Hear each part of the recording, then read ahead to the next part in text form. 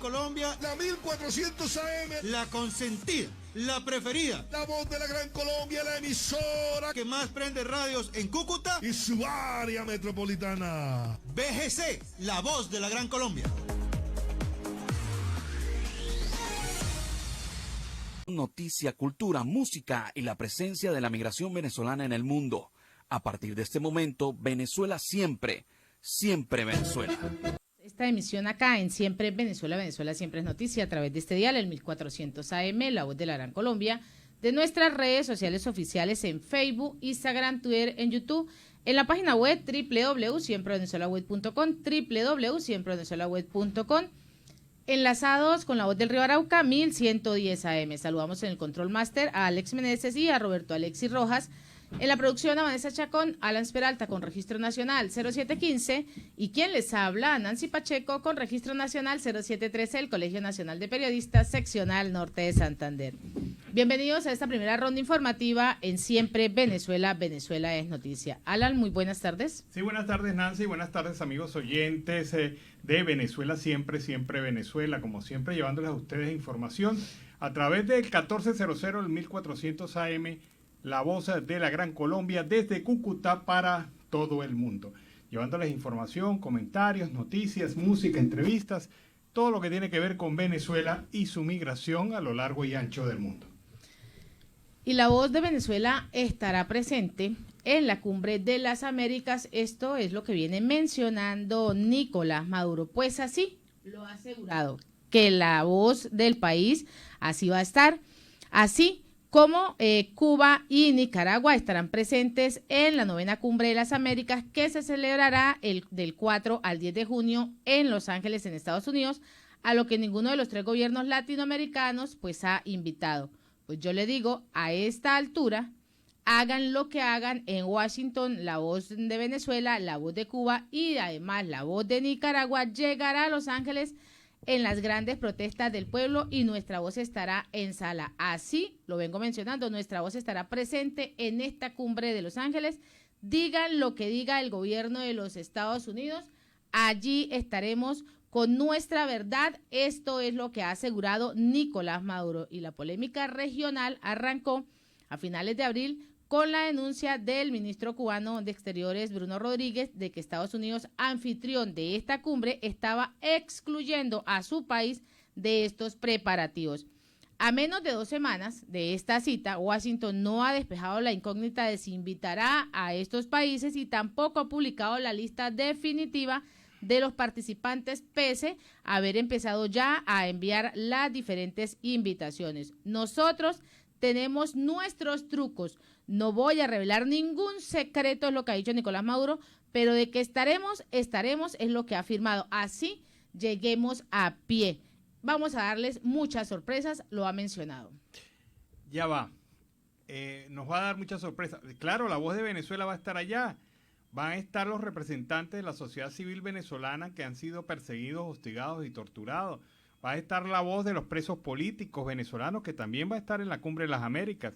También van a estar por Venezuela los representantes de la ONG que han sido señalados y acusados por el gobierno de facto, señalándoles presuntos delitos en contra de la patria.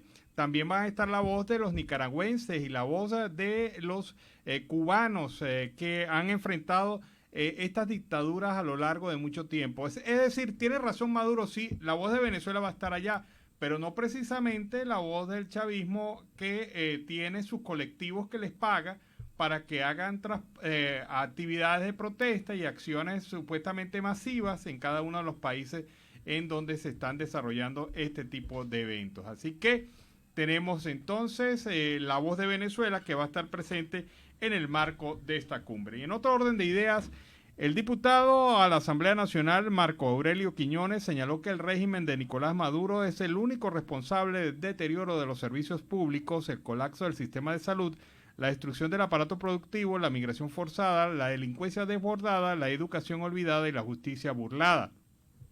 Todos los referentes de este régimen autocrático se han beneficiado de las carencias que ha provocado intencionalmente en el pueblo, dijo Quiñones en un mensaje divulgado a través de redes sociales. Asimismo, el parlamentario por Voluntad Popular hizo referencia a la política contra la corrupción que ha condenado a millones de venezolanos a vivir en la miseria. Solo quieren llenarse los bolsillos mientras el país se hunde en la miseria y el atraso. Mientras Venezuela siga bajo su control, nada va a mejorar, es lo que afirma el diputado Quiñones. Y por otra parte, el director del despacho de la presidencia, Luis Somasa, resaltó la importancia de mantener la presión desde todas las plataformas disponibles para rescatar la libertad de Venezuela. Mientras mantengamos, respaldemos y participemos en función a la recuperación de nuestra democracia, podremos recuperarla, sostuvo Somasa en un mensaje divulgado a través de su cuenta en redes sociales. En este sentido, señaló que la clave está en mantener la unidad contra el único enemigo que tienen todos los venezolanos, que no son otros sino el régimen de facto de Nicolás Maduro. La crisis migratoria venezolana se ha convertido en la más grande de la historia del continente, así lo afirmó David Smolansky, comisionado para la crisis de refugiados y migrantes venezolanos en la OEA. Dio a conocer que la crisis migratoria venezolana al menos alcanza a 6,2 millones de personas que han tenido que salir del país por la tragedia humanitaria provocada por la dictadura de Nicolás Maduro. Si los migrantes y refugiados venezolanos fuésemos un país, superaríamos a la población total de países como Panamá, Costa Rica, Noruega, Irlanda o Nueva Zelanda. La crisis migratoria venezolana, dice Smolansky, ha empeorado con el pasar del tiempo y se estima que a pesar de las restricciones de movilización, desde el inicio de la pandemia, al menos 1,2 millones de ciudadanos han salido de la nación. Y uno se pregunta, el régimen de facto ahora le ha dado por la imagen o la idea de pretender proteger supuestamente a la migración venezolana en una condición de verdad totalmente absurda, porque fueron ellos mismos los generadores de la situación que estamos viviendo en el país. Así que estos presuntos defensores de la migración venezolana, en los que se ha convertido Delcy Rodríguez, en los que se ha convertido toda la dirigencia del chavismo, que ahora últimamente le ha dado por hablar de este tema, pues definitivamente uno no deja de sorprenderse con este caradurismo que ha mostrado el chavismo ahora defendiendo a la migración venezolana. Bueno, hoy hubo protestas en Caracas, los trabajadores del sector universitario han salido a la calle a protestar por reivindicaciones salariales y convocaron a esta marcha hacia el Palacio de Miraflores, sede de la presidencia del país. Vamos a ver lo que ocurrió, cortesía de La Voz de América. Lo que le estamos diciendo al gobierno, señor Maduro, señores del gobierno, entiendan que en ningún país del mundo es aceptable que un instructivo vaya contra los derechos. La progresividad y la intangibilidad de los derechos es un hecho y se defiende. No estamos dispuestos a dejarnos quitar nuestros derechos y es por eso que cada vez más estamos avanzando en las instancias del gobierno para que se visibilice lo que es el mayor despojo que se ha producido en la historia de Venezuela hacia el sector trabajador. Hoy los universitarios le decimos al pueblo venezolano y a Maduro que nosotros seguiremos en la calle. Lamentablemente nos están cercenando nuestro salario, pero no es nada más a un universitario. Toda la administración pública también está sucediendo eso. Nosotros abordamos que es que no tienen capacidad para decidir. Por eso, en este sentido, estamos convocando a una movilización de carácter nacional a todos los trabajadores y trabajadoras, en este caso del sector universitario y del sector público, a concentrarse este miércoles, pero con una ruta clara y definida. Nosotros vamos a consignar un documento, esta vez en la Presidencia de la República. Como los universitarios estamos reclamando, es un salario digno. Y ese salario no está estipulado en ninguna, así porque nosotros lo queremos decir, no, eso está estipulado en la Constitución de la República Bolivariana de Venezuela, en su artículo 89, en su artículo 91, y en la Ley Orgánica del Trabajo establece en su artículo 18 que cualquier instrumento que vaya en contra de la progresividad de los beneficios es nulo. Y a ustedes lo ven, la gente está indignada, y cómo no va a estar indignada si el salario se ha vuelto sal y agua. Ha vuelto a su origen, la palabra salario viene del pago en sal que se hacía en la antigua Roma, Pero esto es bárbaro, esta situación no se puede mantener, estamos en el siglo XXI y el gobierno de facto pretende tratar a la gente como si fueran esclavos. Nos vamos a la pausa comercial y musical del momento y al regreso seguimos acá en Venezuela siempre, siempre Venezuela. Ya está esto planteado, Nancy, es una situación de verdad bastante preocupante porque, bueno, hay que ver las razones que esta gente ha tenido para actuar de esta manera y actuar en contra de los intereses del propio patrimonio venezolano en Colombia. Y es que esas son las acciones que empiezan a tomar en medio de un gobierno donde se jacta diciendo que lo va a recuperar y que ya todo está saneado y que está todo bien, cuando la situación es totalmente compleja y diferente. Bueno, definitivamente, vamos a seguir con más información mientras adelantamos el trabajo que venimos desarrollando sobre esta investigación de monómeros. Y María Corina Machado, quien es la coordinadora de 20 Venezuela, considera que no hay una renovación en la estrategia planteada por la plataforma unitaria y que el país necesita un liderazgo político totalmente distinto. Escuchemos. Que están planteando, ayer Barbosa estaba diciendo, y una consulta para un líder. Nosotros, yo creo que en esto hemos sido bien claros y desde el mes de noviembre los pusimos. Aquí necesitamos una dirección política que sea competente, que sea valiente, que sea inteligente, que sea disciplinada y que haga lo que tiene que hacer. Si no tenemos una dirección política en la que tú confíes, ¿quién va a movilizarse? ¿Quién va a creer? Si te ponen los mismos, que han hecho lo mismo durante 23 años, uno de un lado y otro del otro, ¿crees que la gente va a sentir que hay algo distinto, que haya emoción? Eso es una falta de respeto a la sociedad venezolana que ha dado tanto y que está sufriendo tanto. ¿Cuál es la propuesta, María? ¿Cuál es la propuesta de la vía alterna? Necesitamos una nueva dirección política. Ahora yo te pregunto, ¿quién tiene que nombrar la dirección política? El G4. O sea, ellos se reúnen ellos cuatro y ellos deciden cómo se renuevan entre ellos. Ahí está María Corina Machado afirmando muy contundentemente que hay que cambiar la dirección política de la oposición. Y es que eso es lo que está buscando el nuevo gobierno, buscar un nuevo cambio de transformación, pero que tenga ese compromiso de buscar la democracia y de buscar además esas elecciones libres y justas. Mire, a mí me van a perdonar, mucha gente critica a Guaidó, pero Guaidó ha hecho un extraordinario esfuerzo por mantener la coherencia de la oposición.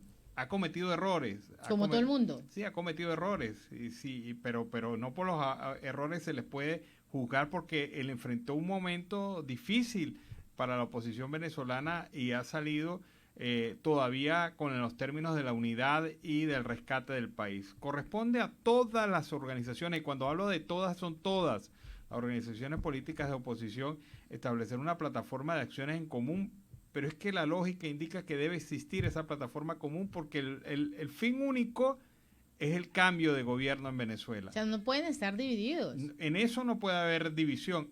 Que las metodologías son distintas, es evidente, es verdad, pero hay que tener por lo menos una línea clara de acción que permita, con 3 elementos o 4 elementos básicos, mantener la unidad y el criterio y el discurso único frente a este tema de cambio de gobierno. Vámonos a la pausa comercial y musical, ya regresamos. Te quiero con Ignacio Rondón, un tema que nos permite iniciar así la segunda hora del programa Venezuela Siempre, Siempre Venezuela en la tarde de hoy. Seguimos en Siempre Venezuela, Venezuela es noticia a través de este dial, el 1400 AM, La Voz de la Gran Colombia, de nuestras redes sociales oficiales en Facebook, Instagram, Twitter, en YouTube, en la página web www.siemprevenezuelaweb.com, www.siemprevenezuelaweb.com, enlazados con La Voz del Río Arauca, 1110 AM, y en esta segunda hora se incorpora Radio Delfín, 1060 AM. Saludamos en el control máster al señor Víctor Márquez y a Robinson Cárdenas, a nuestro corresponsal Carlos Uzcategui y a toda esa amable audiencia que está ahí, pegadita. Continuamos con más información. Bueno, no me lo van a creer, pero Maduro dijo que sus abuelos eran judíos. Es lo que dijo era que eran jodidos, no era que eran judíos. A lo mejor eso es lo que quiso decir, pero está afirmando que sus abuelos paternos eran judíos Y ya ha salido la respuesta en boca de Nitu Pérez Osuna, la periodista venezolana, la conocidísima periodista venezolana, que tiene un libro, por cierto, de eso. Maduro es colombiano, así de sencillo. Es lo que dice el libro y es lo que ella recuerda en este momento al escuchar a un Maduro muy orondo decir... Es que mis padres son judíos. Y yo, jodidos eran jodidos los abuelos, no sé, pero... Puede ser de esta zonita, por este lado. A lo mejor, sí, pues sí, por esta zona se por ve esto persona dice, ¡ay, muy jodidos! De la gente allá de tu tierra, Nancy. Ay, vos, esos son más jodidos todavía. Bueno... Pero vamos a explicar esta información. Nitu Pérez Osuna señala, el abuelo paterno de Maduro era hijo del dominicano David Maduro, residenciado en Cúcuta y fundador del primer equipo de fútbol de esa ciudad. La abuela paterna, María Presentación García, era colombiana de Pamplona.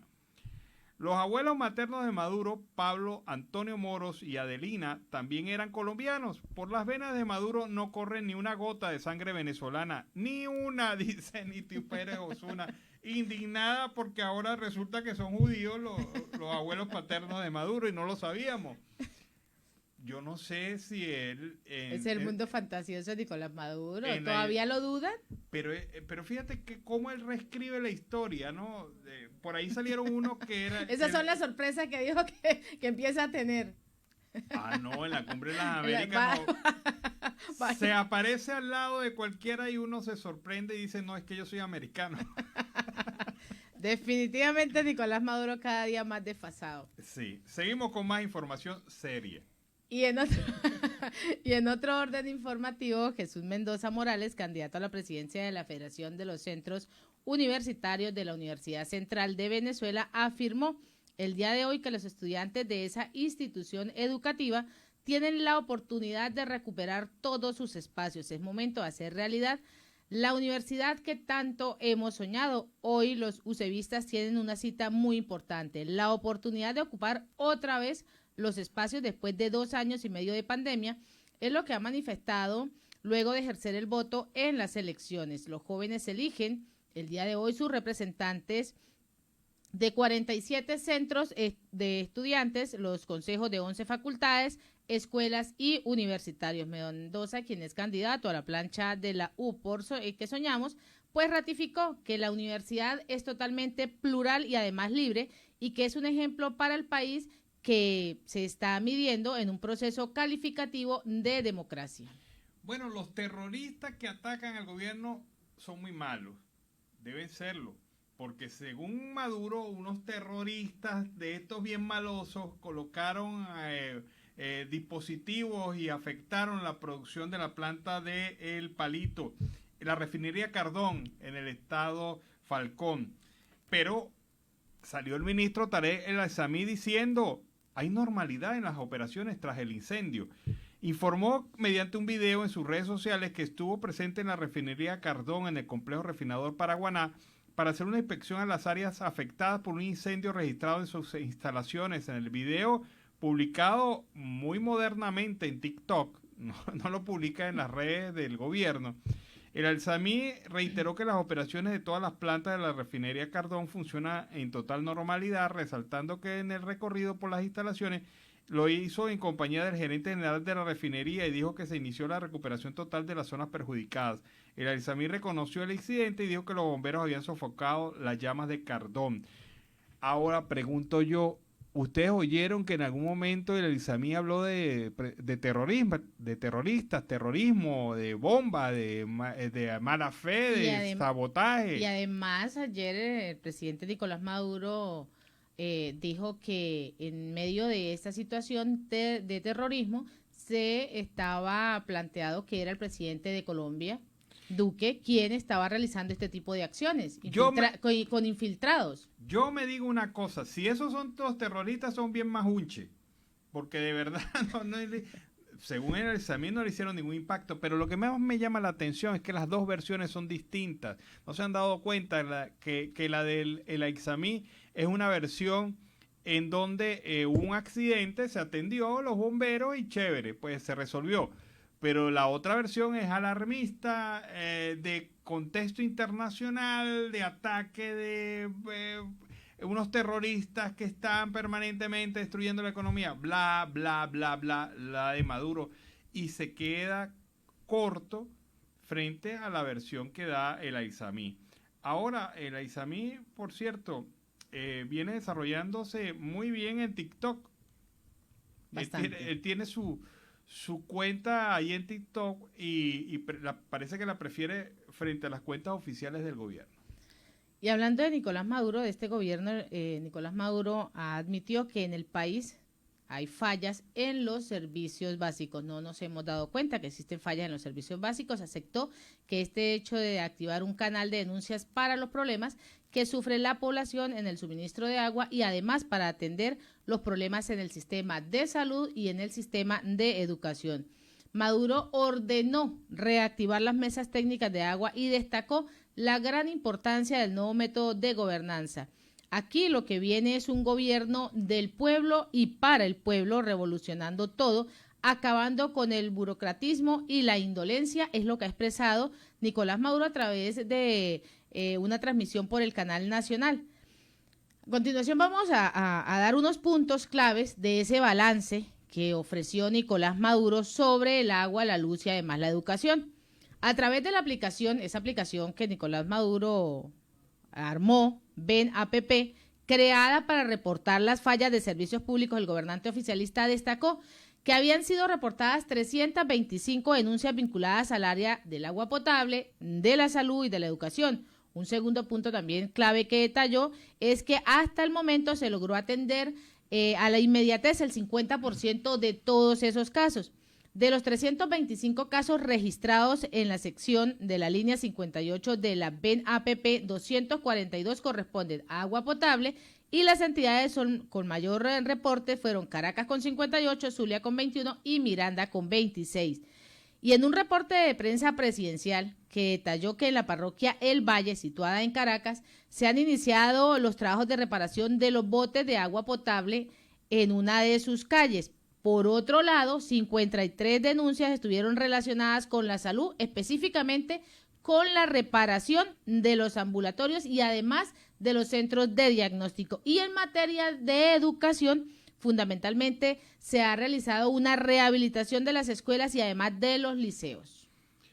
Ahora yo les pregunto, después de toda esta parafernalia que ha leído Nancy Pacheco, ¿ustedes creen que eso es verdad? O sea, digo yo, ¿ustedes piensan que si eso fuese Pero ese así, es el diagnóstico que les está dando en ese mundo mágico? No, pero eso no es verdad.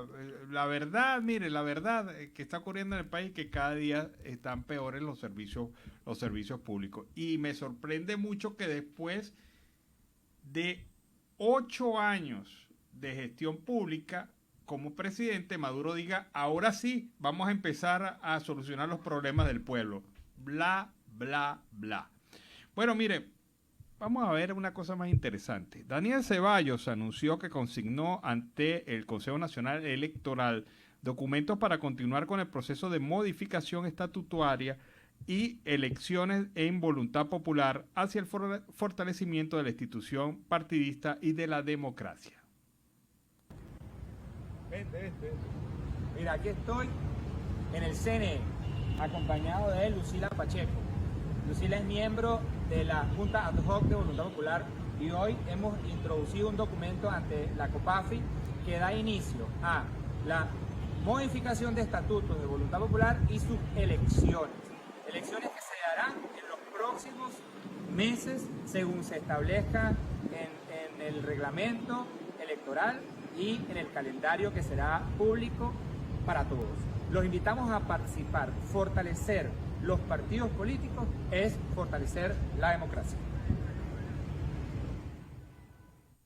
Bueno, muy bonito, pero el problema es que Ceballos representa la mitad que reconoce el gobierno de Voluntad Popular.